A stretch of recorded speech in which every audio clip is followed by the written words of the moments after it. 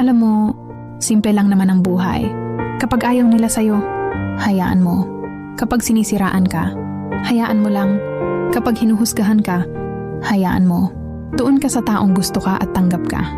Maging proud ka sa sarili mo, kung sino ka, at kung anong meron ka. Huwag mo na lang iisipin ang sasabihin ng ibang tao. Dahil mas kilala mo ang sarili mo kaysa sa mata ng mga taong mapanghusga. Di ba nga, sabi ng iba, kung mabait ka sa ibang tao, huwag kang umasa na magiging mabait din silang lahat sa'yo. Dahil katulad ng mga daliri natin sa kamay, hindi pantay. Dahil ang bawat tao sa mundo, may iba't ibang ugali.